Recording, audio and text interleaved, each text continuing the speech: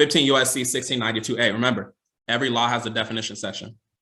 So the term bureau means the Bureau of Consumer Financial Protection. So I think everybody in here is familiar with the CFPB, the Consumer Financial Protection Bureau. That is the bureau that Obama created when he was president. And the CFPB is basically where you can submit complaints. They regulate the consumer reporting agencies, meaning Experian, TransUnion, and Equifax. Remember, Experian, TransUnion, and Equifax, they are not government related. They are privately owned companies, right? So the CFPB, or the Consumer Financial Protection Bureau, governs them. So when you're putting in your letters, credit bureaus, you're basically not speaking correct language, to be honest. So this is why you want to put consumer reporting agencies. If you don't understand that language, then you need to go purchase the FCRA replay that I did, the 2-hour one. But yeah, so the term bureau means the Bureau of Consumer Financial Protection. They're basically just talking about the CFPB. That's the only bureau that exists. All right, so number 2, remember there's 8 definitions, eight definitions in the FDCPA.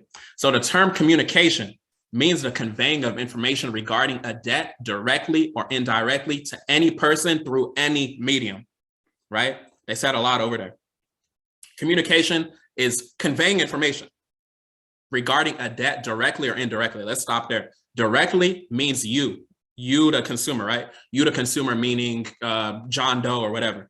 But indirectly is you. An example is you on a letter, right? If they send you a letter, notice that your name is in all caps, all capital letters. That's your corporation. That's you as a corporation. So that's what they mean by indirectly. And remember, the word or means whichever side you're choosing on.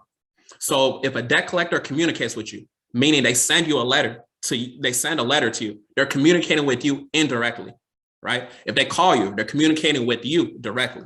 So just keep that in mind. Directly or indirectly to any person. Remember, any means no restriction. So any person through any medium, no restriction, medium. What are examples of mediums? A medium, like I said, phone call. A medium, like I said, mailing. So any form of communication. This is going to be very, very important when we get to 1692C. So just keep that in mind. All right, the term consumer means any natural person obligated or allegedly obligated to pay any debt. So consumer, this is really where I always tell y'all you got to really understand the language, because the term consumer in the FDCPA is differently defined as it is in the FCRA, the Fair Credit Reporting Act. In the Fair Credit Reporting Act, the term consumer means any individual or an individual. We obviously see here that's different from what it means in the FDCPA. So this is why when you're structuring your letters and your notices and things like that, you gotta understand what the definition you're talking about is. Remember, it's a language. You're not gonna use Spanish when you're trying to communicate in English, right? So just really understand that. So any natural person, so no restriction. You're the natural person, no restriction. Obligated or allegedly obligated. What did we say or means? Or means you choose the side you want to be on. So it's up to you when it comes to a debt, if you're obligated or if you're allegedly obligated. When we talk about 18 USC 8, it talks about that obligation as well. So you got to really just understand, are you obligated to pay that debt, or are you allegedly obligated to pay that debt? So understanding that is really what's going to allow you to be powerful as far as your notices. And we're going to go over an example of affidavit as well, but I just want y'all to be familiar with that.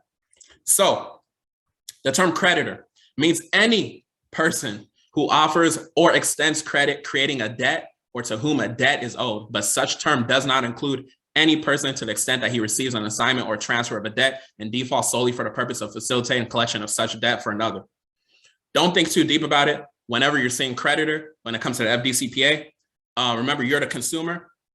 A lot of times in the way you structure your letters, the creditor is going to be, that person you're talking to, that debt collector. But technically, when we're talking about Truth in Lending Act, when we're talking about creditor, you are the original creditor, right? So it depends on what you're talking about as far as interpreting creditor. But I don't want y'all to overthink it.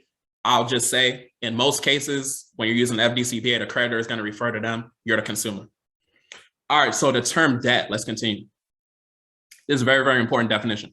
The term debt means any obligation or alleged obligation of a consumer, right? You're the consumer, right? To pay money arising out of a transaction. I would just stop there, but I'm going to read the whole thing. In which the money Property, insurance, or services which are the subject of the transaction are primarily for personal, family, or household purposes, whether or not such obligation has been reduced to judgment. So when it comes to debt, the main thing I need y'all to really focus on, you can read the whole definition, but the main thing I need y'all to focus on is any obligation or alleged obligation of a consumer, or means you choose what side you want to be on. Me personally, me, Michael Benjamin, the consumer, when I see the term debt, debt is an alleged obligation of me, right? There's no law that says you have to pay any debt. Debt is an alleged obligation. To me, it's an alleged obligation. If you say it's an obligation to you, it's an obligation to you. When a debt collector sends you something, they say, oh, you owe the debt. If you don't refute it, if you don't say this is not my debt, it stands as is. Remember, silence is acquiescence, meaning that if you don't reply, what they say stands. It's the same, and it's the same thing when you send them an affidavit. If they don't reply line by line, it's an unrebutted affidavit. They didn't reply adequately, so it stands. So just keep that in mind, and you decide if debt is your obligation or alleged obligation. All right, the term debt collector is a long definition. We're not going to read through the whole thing. I just want to give y'all the important part. So the term debt collector means any person, remember any, no restriction, any person who uses any instrumentality of interstate commerce or the mails in any business, the principal purpose of which is a collection of any debts, right? And it goes on to say, or who regularly collects or attempts to collect directly or indirectly. Remember, directly calling you, indirectly, capital letters, mailing you a letter, right? Debts owed or due or asserted to be owed or due another. So the main thing I need y'all to really understand is a debt collector. Any person who attempts to collect something from you. So this is why a police officer is considered a debt collector, because any means there's no restriction. Congress is literally letting y'all know these police officers, they are debt collectors. Are they not attempting to collect a debt from you when they're running your credit card, your social security number, right? So you got to really understand that when it comes to debt collectors, it's any person who uses any instrumentality of interstate commerce. Remember, interstate commerce is just like doing business within the United States. So it goes on to say, let me show y'all how police officers are debt collectors. So A says any officer or employee of a creditor while in the name of the creditor collecting debts for such creditor. Any officer means there's no restriction on the officer. It's police officer, right? Policy officer. It goes deeper than that. Police policy officer. There's no coincidence why it's, like that, civil procedure and stuff like that. But we're going to get deeper into that later. It goes to C too. C says any officer or employee of the United States, right? So just really understand that. So debt collectors are debt collectors, right? There's no restriction on debt collectors. All right, so number 7.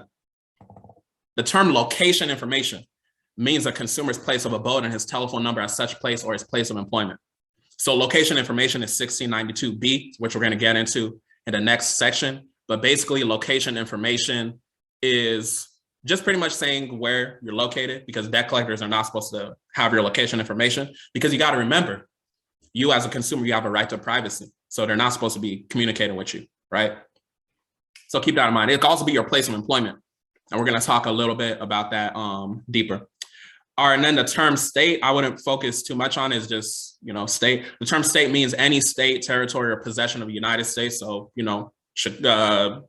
somebody said California, wherever you're at. The District of Columbia, the Commonwealth of Puerto Rico, or any political subdivision of any of the foregoing. This is beyond the scope of the class, but the original Department of Treasury was in Puerto Rico, by the way. But yeah, I just wanted to let y'all know that. But any questions on the definition section? Any questions on the definition section? How are we feeling so far? Are we sleeping? We barely even got started. Don't be sleeping on me. Type in the comments so I know y'all awake. Y'all can hear me. Any questions on the definition section? I think definitions are pretty straightforward, but once we get into the later sections, it's probably going to be, it might be some questions. I don't know. I think I did a pretty good job on the podcast explaining. So some of this might be review, but y'all got any questions? Let me know how y'all feeling, at least down below. I don't see any questions right now, so I'm going to continue to 1692B.